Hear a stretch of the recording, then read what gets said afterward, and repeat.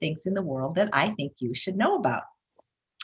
My guest today is a registered dietitian, and I think he's really one of the most incredible plant-based dietitians that you've never heard about, probably. And I almost never heard about him either. It was actually, I believe, at the San Francisco Veg Fest that Bob Hopfizel, who was a previous guest on the show, he is a plant-based book publisher from Book Publishing Company, has this table, and he has hundreds of books, all his authors. And I found this book on the table, and I bought it really just because I thought the title was clever. It's called Drop the Fat Act and Live Lean. And it had these hilarious cartoons in it, and I didn't know anything about it. And I loved this book, and I sought out the author. And actually, it's only my third time, like in my life, talking to him. Once I met him at the Colorado Veg Fest. He gave a great talk, and I interviewed him a couple of years ago. And that interview is just as good today as it was then.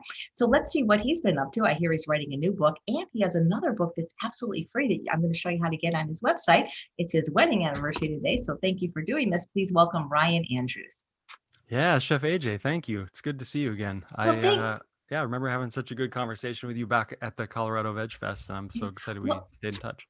I just don't know why everybody, there's a lot of wonderful dietitians, plant-based dietitians, but you are just like, I just think you're one of the best, and you're so articulate, and maybe it's because you're on the same page as me. Dr. Goldhammer always says I assess somebody's intelligence by how much they agree with me.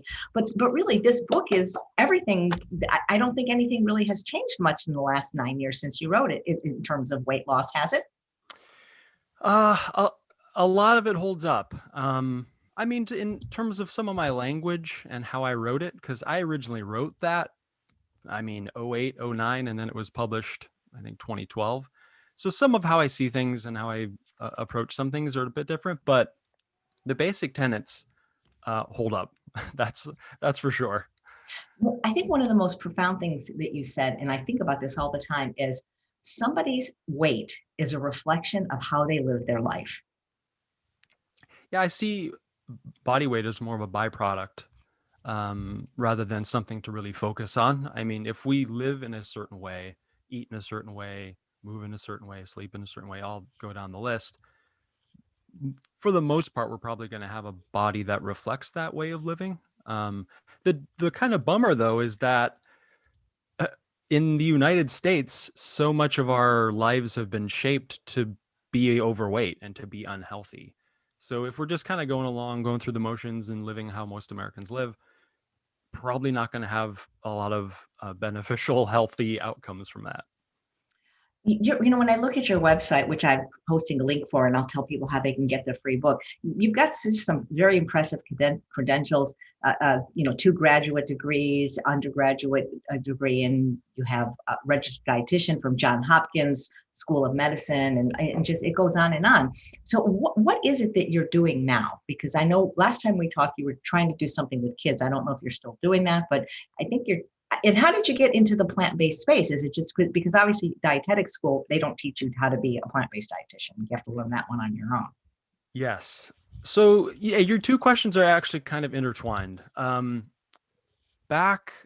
originally got into the world of nutrition many, many years ago in my teens, and it was because I was a competitive bodybuilder. And then I got out of competitive bodybuilding, went to graduate school, started to learn more about nutrition. And that's when I started to discover the world of vegetarian and plant-based eating. And that originated from a concern about animal testing, like lab animal testing. So from there, over the next, now, 15 years or so, my perspective just continues to widen, I would say, each year when I'm thinking about food and the food system. So initially, it was me and my physique and winning a bodybuilding contest. And then later it was about how animals are being treated in the food system. And then later it was about farm workers in the food system.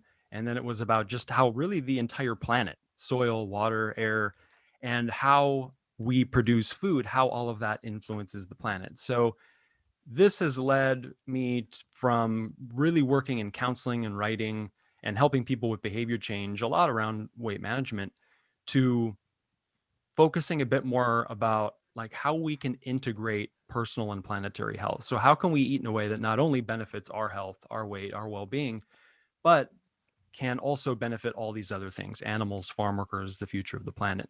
So that's really been my focus the last few years. And I've been doing a lot of teaching. I was working with kids. I was doing actually cooking classes with middle schoolers, and that was great. I don't know if I have the nervous system that could sustain that for a long time, so I had to phase out of that over the last 6 months. But I teach some classes at Purchase College, doing some counseling still on the side, some media work, a lot of speaking and writing, working on a new book about this topic right now. So that's really my thing. I mean, the food system is just causing so much suffering, and not only to our health, but to workers and animals and the whole planet. So I want to help alleviate that suffering. Absolutely. Before we get into the new book, I just want people to know they can get a free copy of the ebook on your website, and I'll be posting the link, and I'll also tell them how to get this book on Amazon. When you said you work with people to help them affect behavioral change, do you work one-on-one with people? Can people book an appointment with you? Or are you working still with Precision Nutrition? How is that going? For many years, I was doing coaching with Precision Nutrition, worked with a lot of different people, and it was uh, wonderful experience. Over the past few years, I do one-on-one counseling with people, a very small group though. I don't want that to be a big chunk of my professional time. So I usually have about 3 to 5 clients at a time. I I try to reserve it for people who are kind of thinking about their food choices a little bit more broadly. So if they're working on integrating and thinking about where they're sourcing their food along with their health, that's usually kind of a good client match for me. But yeah, so about 3 to 5 people at a time I'm working with. Could people contact you through their website if they wanted to work with you personally, if you resonated with them for some Yeah, reason? definitely. And even if we don't end up working together one on one, I can probably direct you in a certain direction with another dietitian or a resource or something that would be useful for where you're at. You talk about behavioral change and how do you know that's one of the reasons I stopped coaching. I'm not a psychologist and I'm like Dr. Goldhammer. Here's what you do it. But I realize even though people know what to do, they don't always do it. Yeah, knowledge doesn't translate into behavior change. That was one of the shocking discoveries I learned after I finished all my schooling. I thought that it was just we have this massive lack of knowledge and like a knowledge deficiency. And once I provide this knowledge, it will solve all of our issues in the food system. And that's so far from being true. I'll say this about behavior change. I've really come to respect all the different factors that play into our food choices. So I used to think, oh yeah, it's knowledge and then you act on that. But it's knowledge, it's who we live with, it's how we were raised, it's the city and country we live in, it's our heritage, it's countless factors that contribute to the what we put on our plate. So if you're working with somebody as a coach with behavior change, I think when you can really step back and respect all of those and consider all of those when you're working with somebody, it's really helpful. I mean, because if you just ignore them and shove them off to the side and then you just focus on macros and food choices, probably not going to get very far. Right. But you have to do both, don't you, Ryan? Because you can't just change their behavior if they're still eating crap and keeping crap in their house. I mean, that can't be easy. All right, and that's why I think it's about addressing kind of each of those different factors and variables. Um, And hopefully, as you go through and start to modify some of these things, or at least recognize some of these things, it can lead to changes in what you eat, which is ultimately a very, very powerful thing for, like I said, everything, or disease prevention, the planet, everything. So you don't have a title for your new book, but you kind of mentioned what it's about. What can you talk about it a little bit? What it's about, when it's going to be out? How is it different from the last book? Yeah, I really want to make sustainable eating in a way that's better for animals, the planet, workers, really accessible to everyone. And I want to acknowledge how important the plant-based eating aspect is with it, but I don't want to exclude people who aren't eating a fully plant-based diet. And that was something I really wanted to focus on with this one, because a lot of over the last several years, my focus has been the vegetarian world, the vegan world. That's great. I love that world. It has had a huge influence on how I see the food system. But for whatever reason, a lot of people aren't going to draw a line and say, I'm going to eat a vegetarian or vegan diet. And that's fine. And you don't necessarily need to in order to make choices that are better for animals, workers, and the planet. One of the big things is just simply decreasing the amount of animal foods you consume. I mean, the average American's eating about 7 ounces of meat and fish per day. That's an amount that is driving all sorts of exploitation. And if we can get that below 3 ounces, we could potentially do that in a more sustainable way. So that'd be a pretty big change for a lot of people, but not a huge change for others. So in this new book, I not only talk about that, the plant-based aspect of it, but I also talk about how critical food waste is, both on a personal level. If we're wasting food in our own kitchen, that's a problem. And then more on a societal level, grocery stores, restaurants, things like that. I also talk about, no matter the food you're eating, plant food, animal food, whatever it is, the farm it comes from is absolutely critical. How that food was produced has a massive influence on the planet. And another big aspect I talk about, and there's only 2 more, I won't keep going on for like 30 aspects to consider. There are 5 big ones I've limited this to. The fourth is simply eating a wider variety of minimally processed foods, because when farmers are able to really grow a wide variety of crops, this can be a really good thing for pollinators and for soil microbes, and give them diversified income sources and things like that. Plus, it's really good for our health. And finally, the last big one is minimizing single-use plastics. Plastic beverage containers, food packaging, it's a massive planetary burden. So those are some of the things I touch on in the new book. Yeah, I agree with you on all of them, but I'm thinking like, how are we going to get these? How are we going to shift these people? Because, you would think that the pandemic, which was caused by eating animals, would have scared people into maybe eating less meat. But yet when the pandemic was in its height, that's what was gone from the grocery store. All that was left was the fruits and vegetables. The pandemic's been really interesting. I think it's hard to say right now exactly what the effect is going to be widespread in the US on our food choices. But I mean, it's an event that has really connected all the dots with food. So the people that seem to be suffering more ill effects from this virus are people who are generally unhealthy. So that connects it directly to our diet. And then how a lot of these uh, viruses are now being transmitted are zoonotic transmission. So it's from the animal kingdom. So it's kind of this, if we want to prevent the odds of these pandemics happening in the future, we need to change how we're raising animals in the food system. If by chance another pandemic does happen in the future, and it's of zoonotic origin, we're going to need to change how we eat in order to be healthier to withstand some of the effects of the virus. So I don't know if people are connecting all those dots. Um, I surely am thinking about those things. They're top of mind for me. And hopefully I can get out there and talk more about it and write more about it so people can think about those things. Last time we talked, we found out that we had yoga in common, that you did a type of yoga that I like, restorative. I love yin and restorative. And I noticed on your resume that you do something that I've never heard of. Maybe you can talk about it. It sounds very interesting. Trauma sensitive yoga. Yeah, I've been teaching trauma sensitive yoga now for actually, I think, almost exactly 3 years. I teach it at a hospital in Connecticut for people going through addiction and psychiatric illness.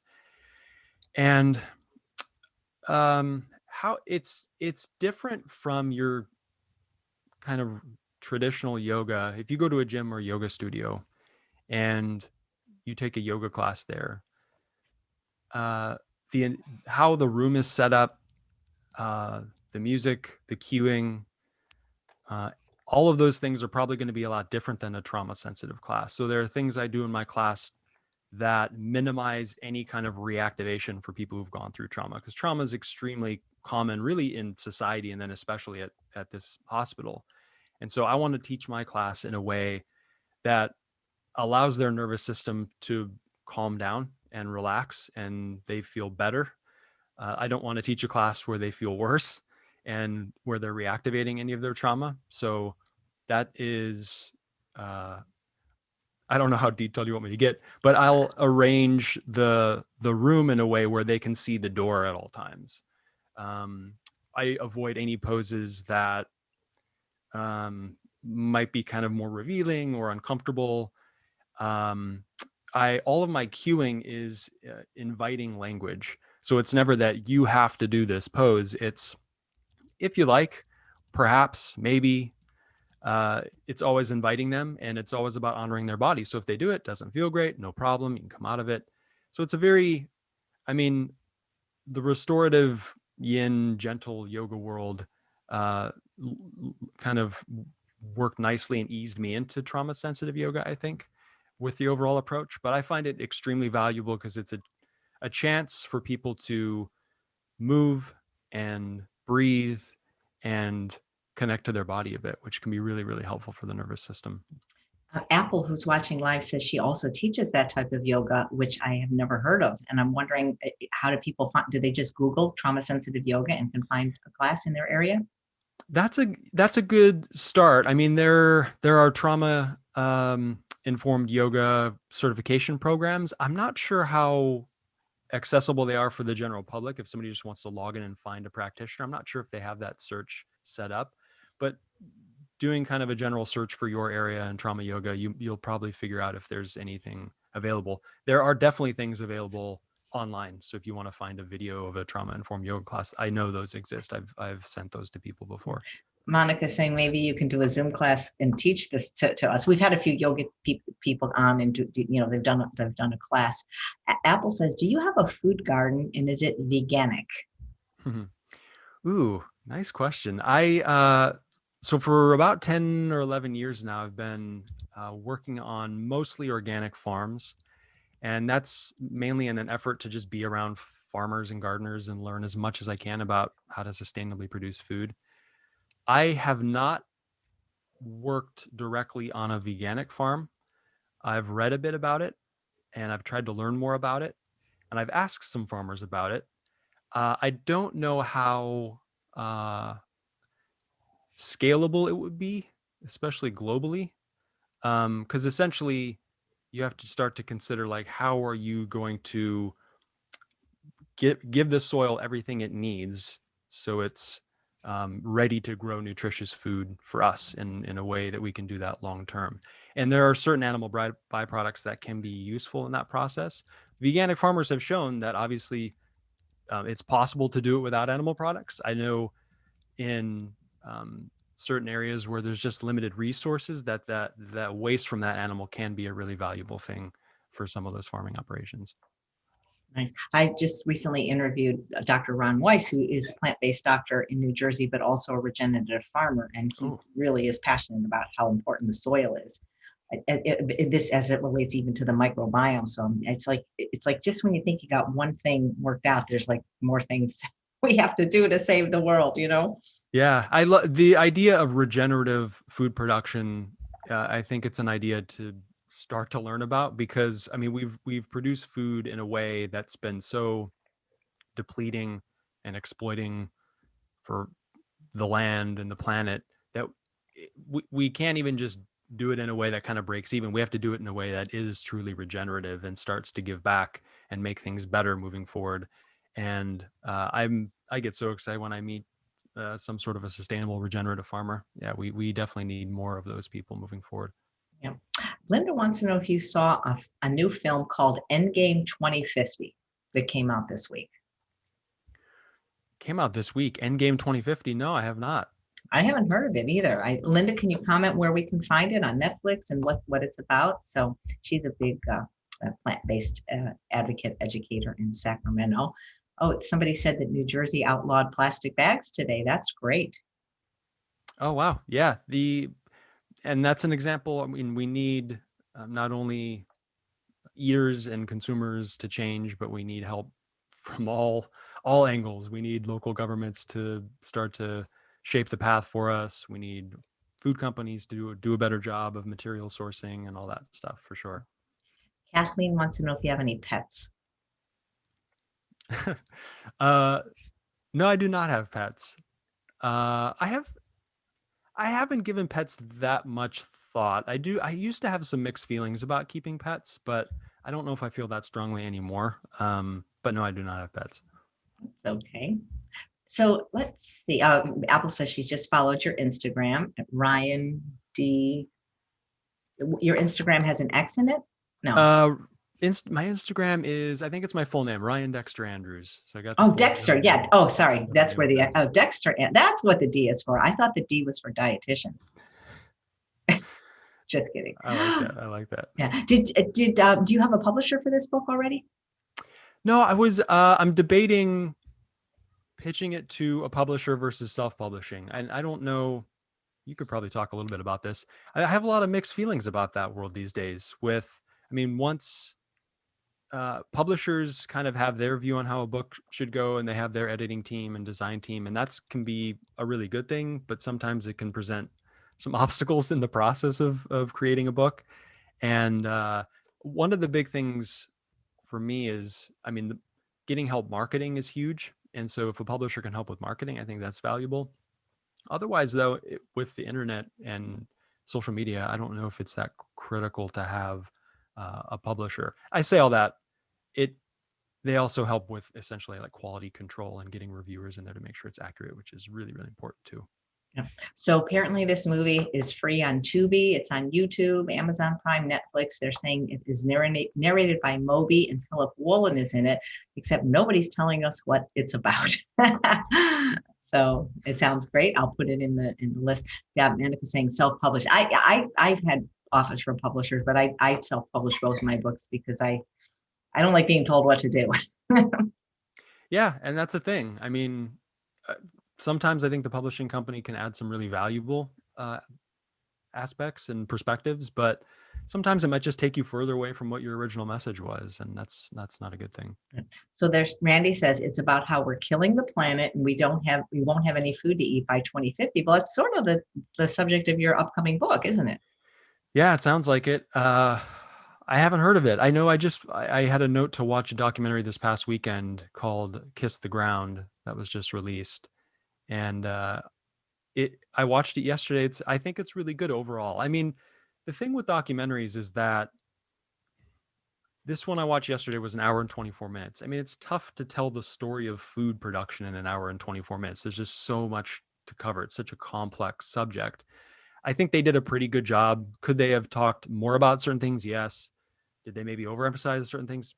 Probably. Was it maybe biased? Probably. Most documentaries are. Overall, though, I actually think it's worth watching. I think it was pretty good. I might use it in one of my college classes, which if it hits that criteria, it's usually the sign of a pretty good documentary, pretty balanced documentary. A lot of people have asked me over the years, like, how do you become a dietitian? Because it's like 6 years, isn't it? And they don't really help you to do this plant-based, do they? No, that seems to be changing a bit. So the kind of older traditional way of becoming a dietitian is you go and do an undergraduate degree, 4 years long. You focus on nutrition. You meet all your coursework criteria. You go and apply to do an internship. The internship is about a year. And after the internship, you sit down for an exam. Once you pass the exam, you are officially a dietitian. Now, when you become a dietitian and go out into the real world, the knowledge base you have at that point can be completely different depending on the school you went to and what courses were there, depending on the internship you went to, depending on your own self-education. And I'm hoping that moving forward we can get more about plant-based nutrition, more about sustainable nutrition, and how food is produced as well. Because if dietitians are the ones, for the most part, helping people with food choices, if they're not considering how the food was produced, that's a massive blind spot. And if they don't have the adequate knowledge to help people safely and healthily eat a plant-based diet, that's a massive blind spot too. So yeah, it's not commonplace. I think that is shifting a little bit though. How long have you been plant-based? I'm assuming you are. Maybe I'm being presumptuous. Yeah, so like I mentioned, in graduate school, that was about 17 years ago, I started to eat a vegetarian and then shortly thereafter a vegan diet. And for about 11 years, I was 100% vegan, where I'm talking, to my knowledge, no animal products crossed my lips across the board. And that has shifted a little bit in the last few years, mainly just because some of the other things I really value now, at sometimes the different values can kind of butt heads. Not a lot. If you followed me around and watched what I was eating, you'd be like, oh yeah, it's pretty much a vegan diet. But in certain situations, dairy and eggs they work their way into my diet at times. That's after, I know, not sure who your audience is. I know some people are going to hear that and think that's terrible news, but it's not without a lot of forethought that went into that decision. What, have you seen since you've been eating plant-based or primarily plant-based, just an increase in the amount of processed food that people were eating, both plant-based and not? Processed food is one of the elephants in the room with nutrition in the United States, really globally. It's over half of our calories are coming from really processed foods. And this doesn't really discriminate in terms of what dietary pattern you're following, and whether it's vegetarian, vegan, paleo, keto, whatever. The food companies are getting involved in all these dietary patterns. And so processed foods are now finding their way into all sorts of different dietary patterns. And there obviously are minimal levels of processing that I'm extremely grateful for. I love frozen broccoli. I love rolled oats. I love shelled almonds and things like that. Wonderful. However, we've obviously taken it to the level of a breakfast cereal aisle, an entire aisle, and pizza pockets and cookies and crackers, and the list goes on, to where that's what people are eating. I mean, that's the foundation of our diet, is ultra processed foods.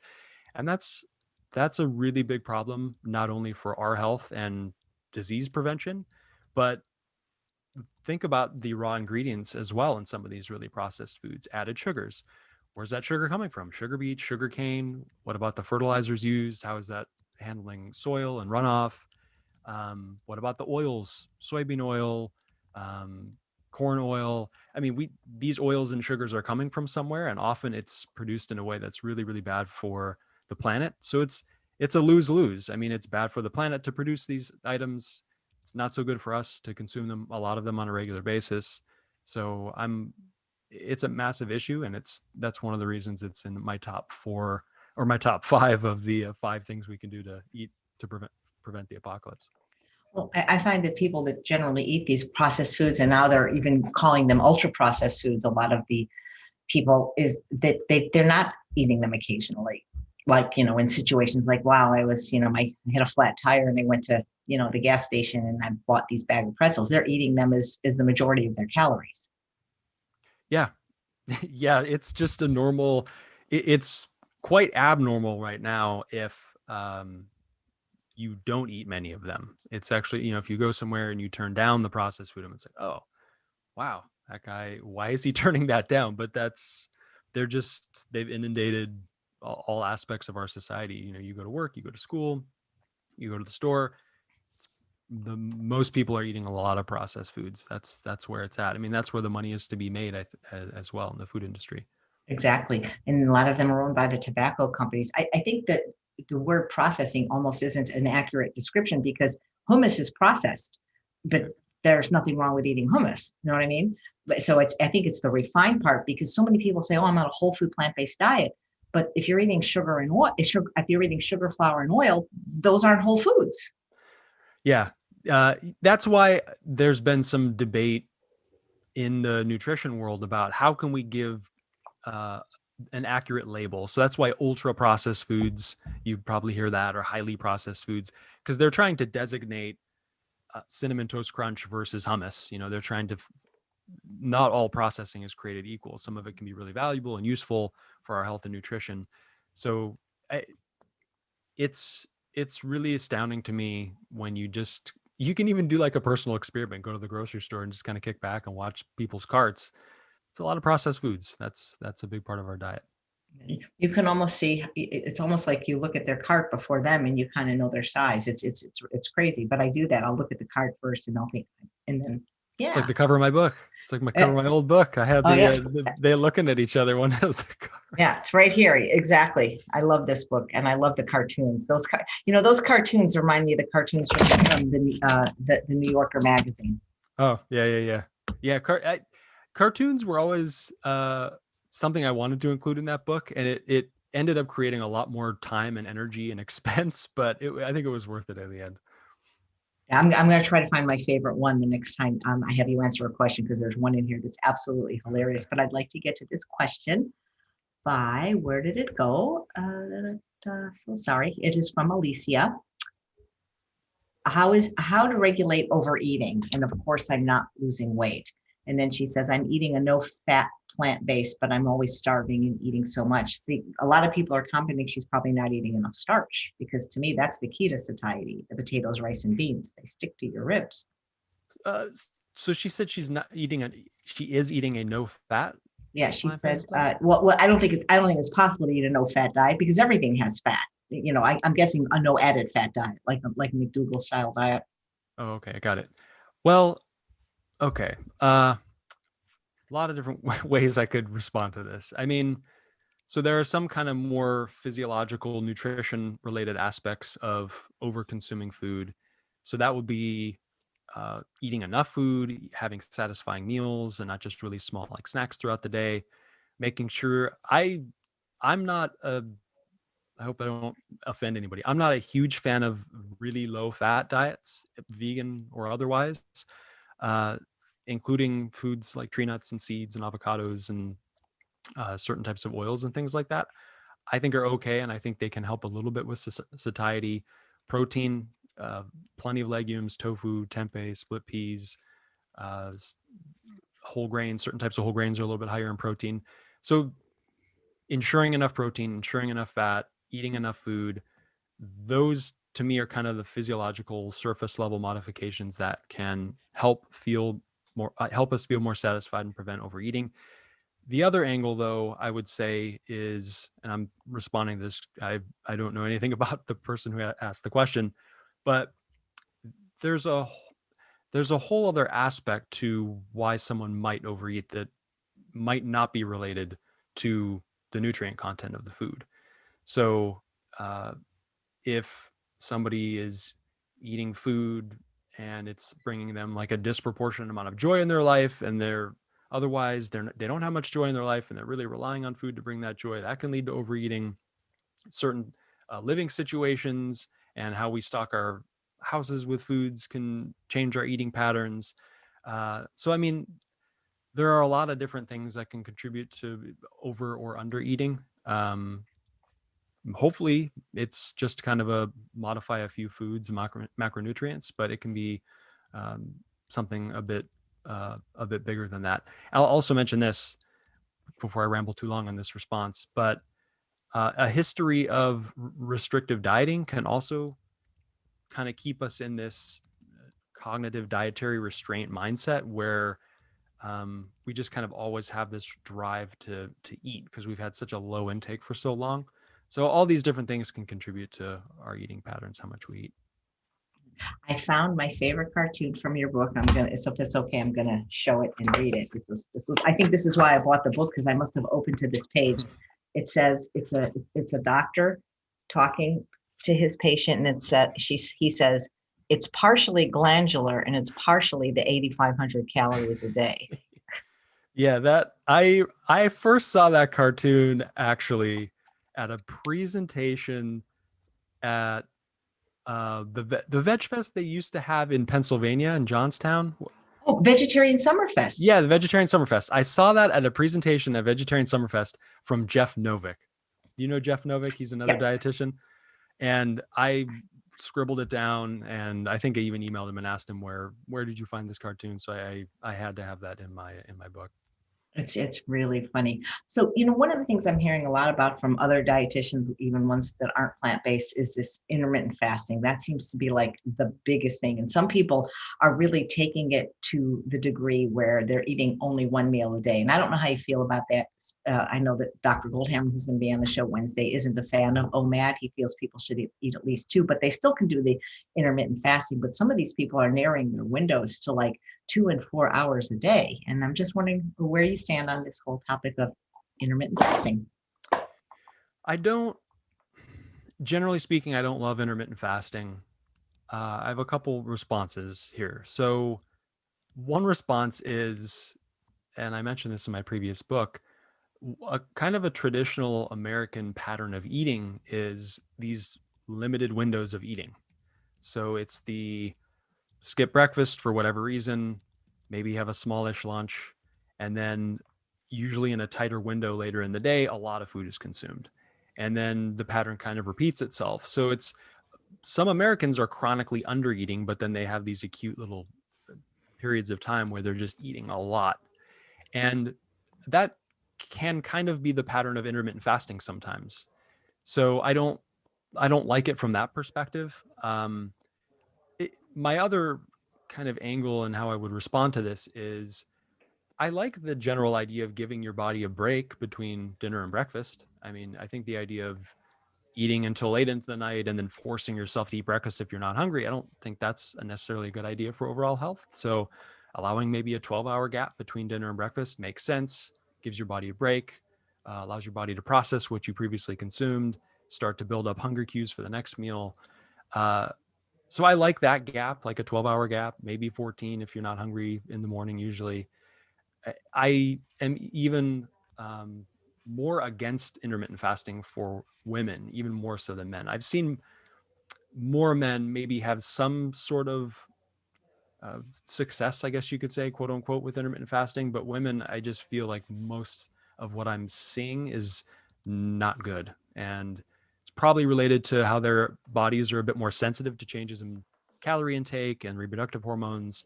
So not a huge fan, and I frankly don't think it's necessary. I don't think it's like a national initiative we need to set for success with our health and eating.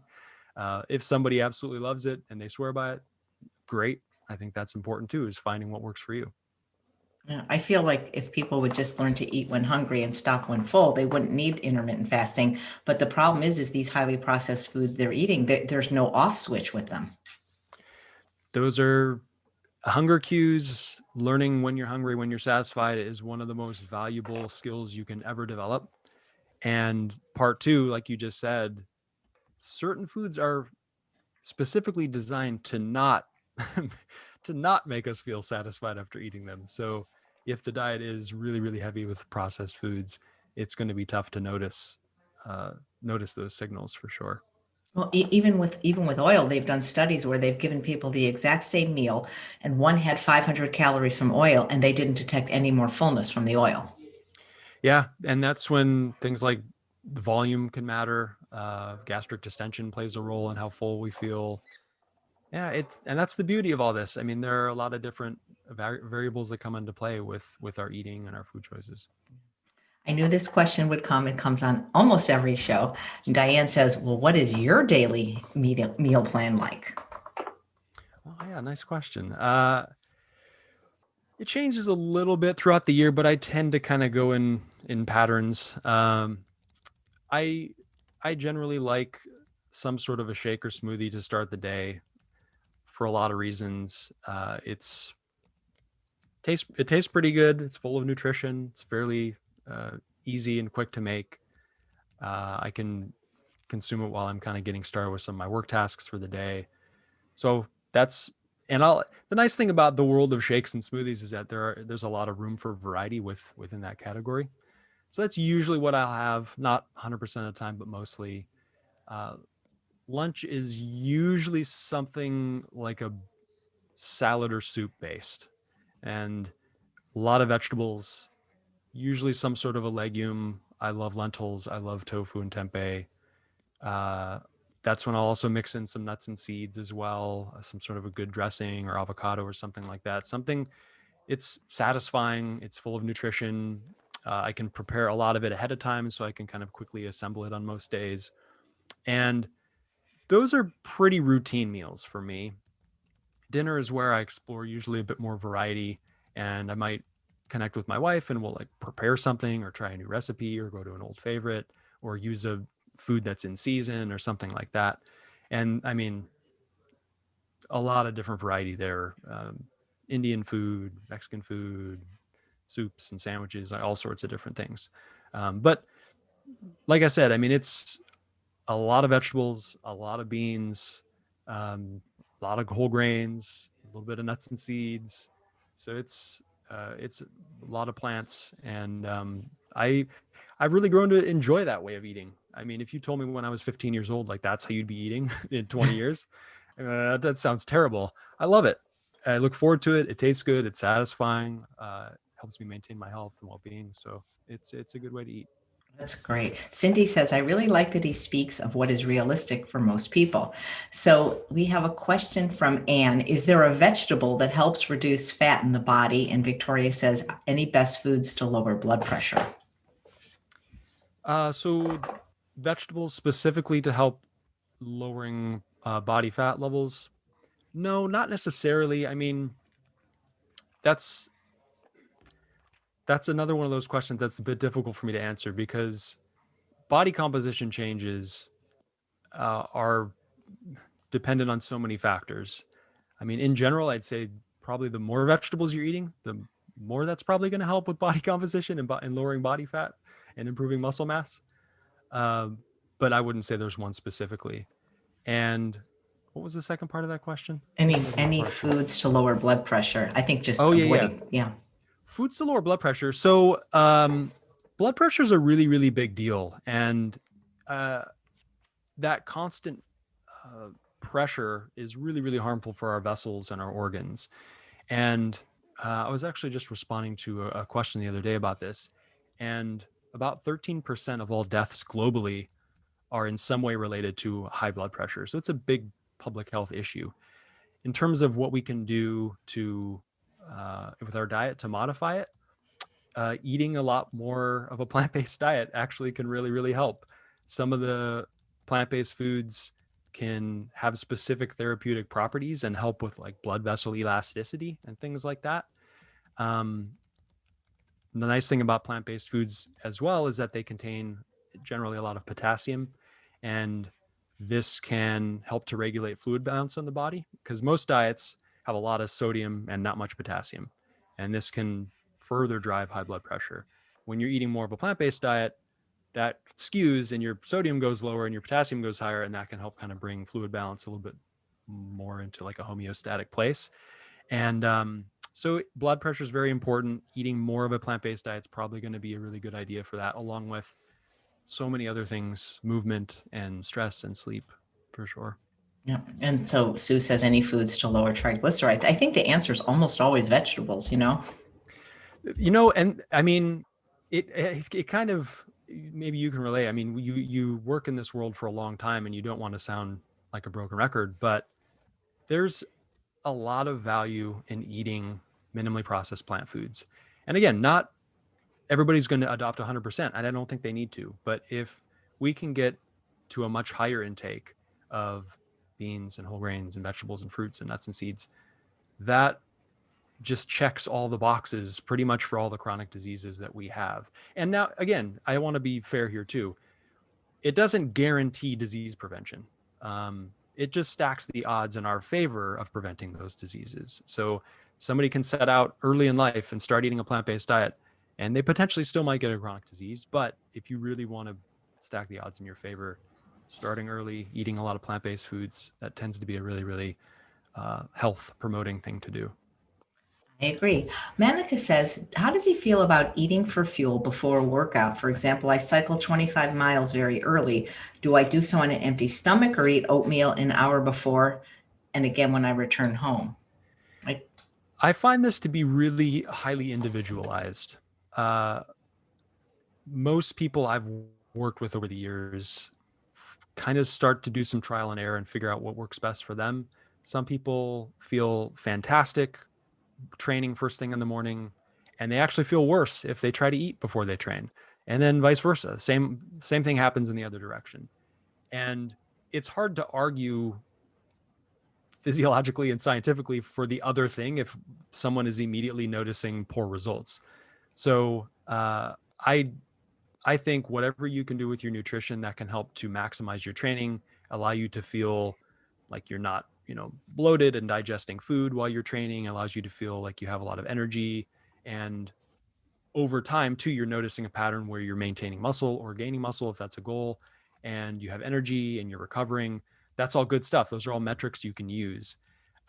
If those aren't going well, then maybe experimenting in the other direction could be useful. But I definitely think not getting, not creating an uncomfortable training environment is very, very important, because it's the worst thing for any active people. If you are eating and then you're digesting and trying to move and it doesn't feel good and it ruins your movement, it's not a good situation. So maybe trial and error, experiment, but a lot of individualization with that one. Great. Looking back, is there anything you learned in dietetic school that you would challenge today? Oh, yes. And I mean, a lot. That's for a couple reasons, though. I think nutrition science in general is a pretty young science. And when I was going through school, I mean, that's about 20 years ago now. So 2 decades. I mean, a lot's changed. We've learned a lot in the last 20 years. And so I don't think I had any instructors or curriculum content or anything like that that was misguiding me intentionally or anything like that. I just think the picture wasn't as comprehensive as it is now. So I mean, where to start? There are all sorts of things that are different from that period of time. Do you, where do you stand on food addiction? Do you ever work with people that feel that that's what the problem is? Yes, I have. I don't. I don't have a firm stance on it these days. I used to be a little bit more into that world when I was doing a lot more counseling, maybe 7 years ago or so. I mean, generally speaking, addiction is when you're repeatedly engaging in a behavior and it's jeopardizing your health or others around you, and it's kind of this compulsive thing. Is there a degree of that with certain eating patterns? I think so. I mean,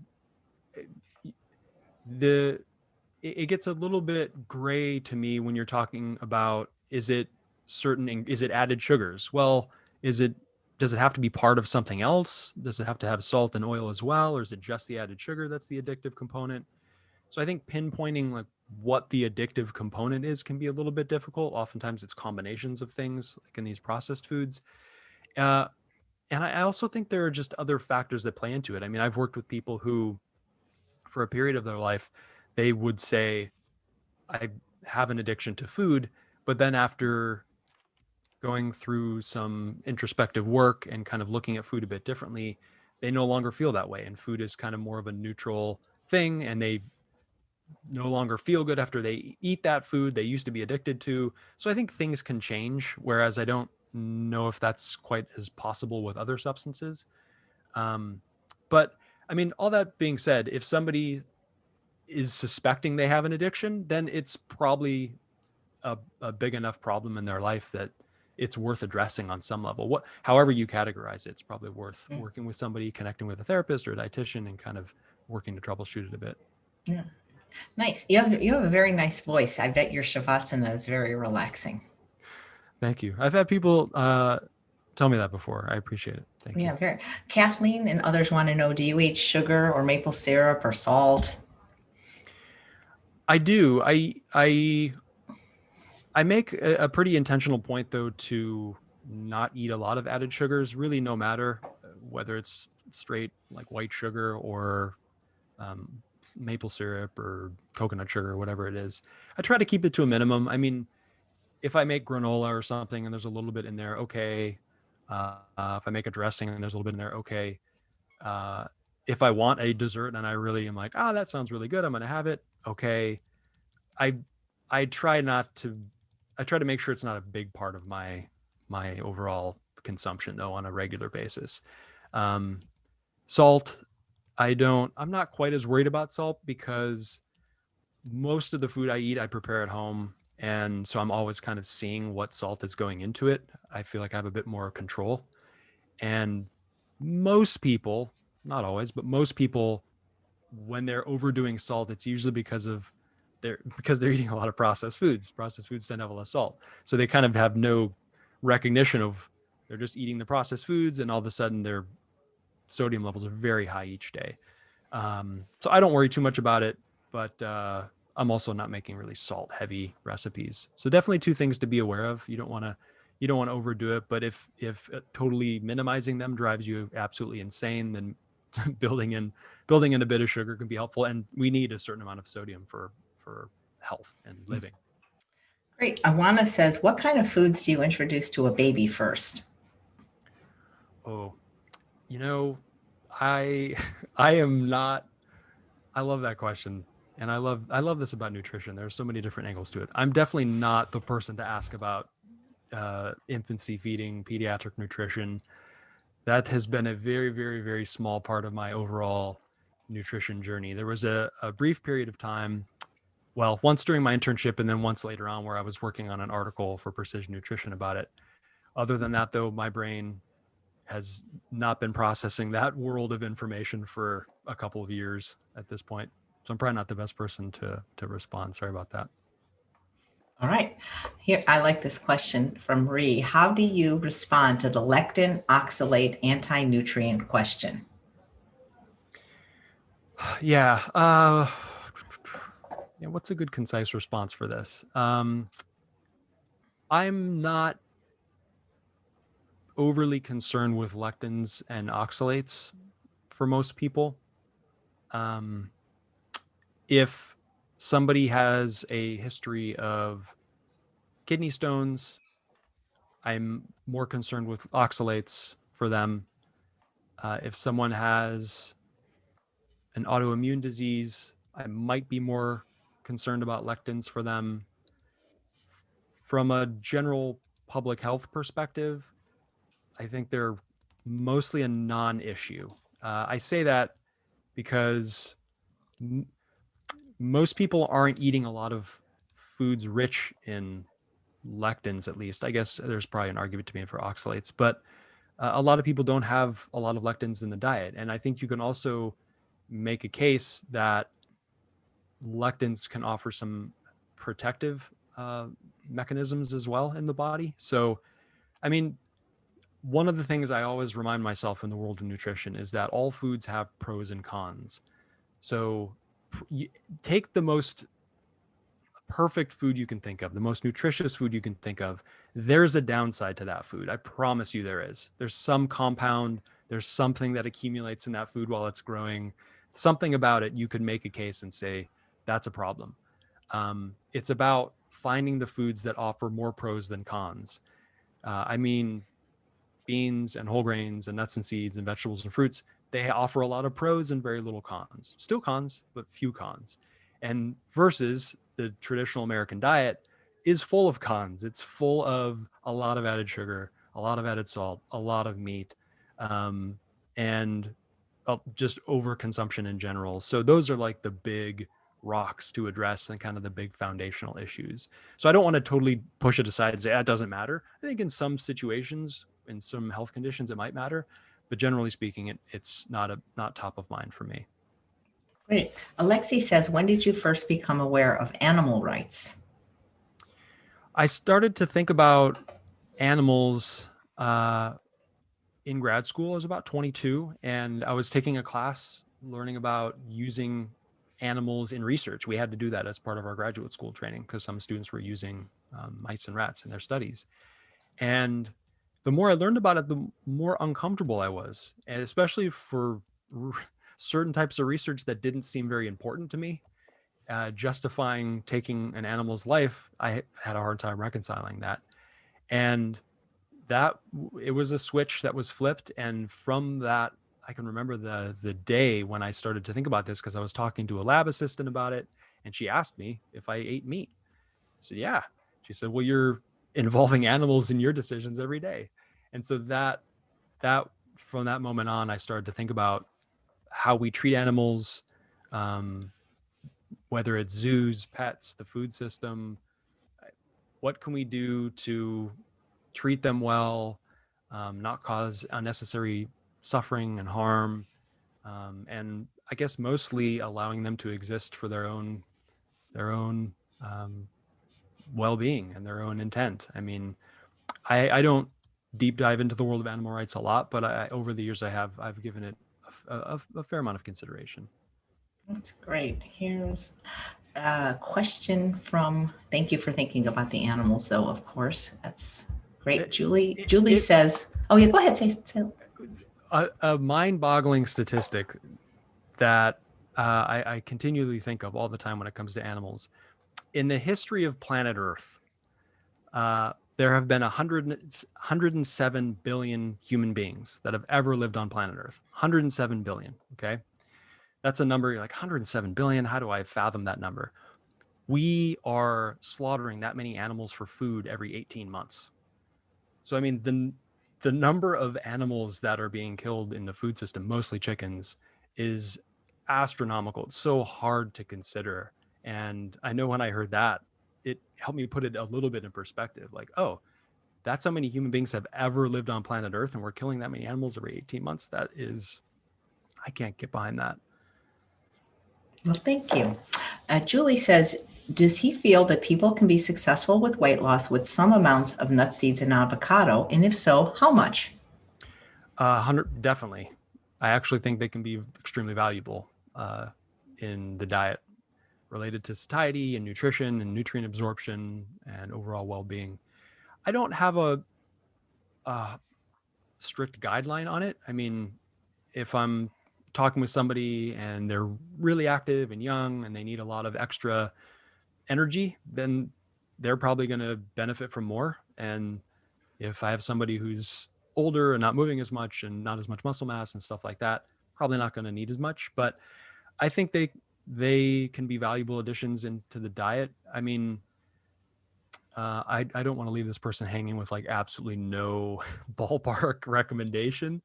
At the same time, I hesitate to give like specific macronutrient percentage recommendations. So I mean, a few servings a day, see how you feel. I mean, I have seen problems over the years because I've been in the plant-based world now for almost 20 years, I guess.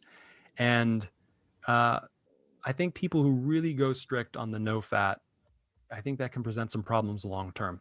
Short term, I think it can maybe offer some therapeutic value for cardiovascular conditions. But if somebody really wants to be eating this way for a long time and feel good, I think introducing some of those whole food fat sources can be really important. Well, this is where we disagree, and that's okay because I'm a strict, yeah, and it's okay because no, it's okay because I that's the thing. I mean, people think like that I have to have people on the show that 100% agree with me on everything, and that's not what it's about. So I for me, and this is why I think people are different. I could not lose any weight, even lowering my fat to 1 ounce of nuts a day. I couldn't. I don't know why, but I think we vary genetically differently. And then when I did a strict Esselstyn-McDougall with no added fat, and by the way, I do get my fatty acid levels checked every single year at my doctor, and they're as high as you can imagine. I can send you the results because I eat so many greens.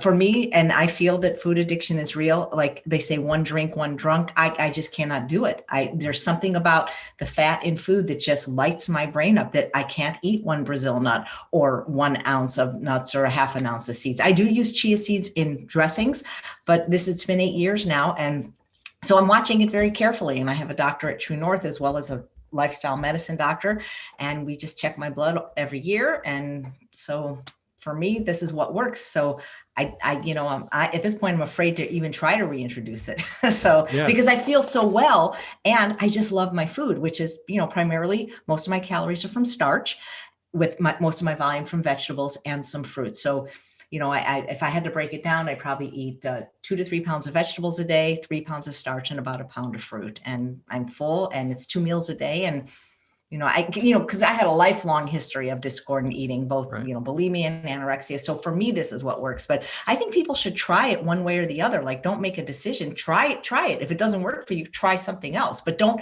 necessarily copy what somebody else does because it worked for them. It may not work for you. Right. I love that. Two things I love about that. I love the self-experimentation. I love that you're doing it responsibly. You're not just randomly doing it. You're working with a doctor and you're staying on top of things. And it's individualization is a big part of nutrition. I think the more I learn about it, the more difficult it is for me to make kind of blanket public health recommendations and say it's all this or all that or none of this or none of that. Some people, maybe it's good. Some people, maybe it's not so good. So I love that consideration. So thanks for having me on your show, even though I don't agree with you on everything. Yeah. Well, no, I value mean, that. like if somebody was like, did vivisection, they're not going to be on my show. You know what I'm saying? I mean, there's a degree, but no, absolutely. Because I think I want people to find the people that resonate with them and that works for them. And you have like a more moderate approach and a style that may not work for me, but there's somebody watching that's like, yeah, I can really get behind what he says. And, I'm never going to be vegan, but I think, so that's why, we want to have different people. Otherwise it would just be me every day, which I think would be boring, or me and Goldhammer, which would be boring, but might be fun for me. Right. But, so what Apple is doing a quote that I have said many times, and I mean this from the bottom of my heart. I tell people, do the least restrictive program you can do that will give you the results you want. Yeah.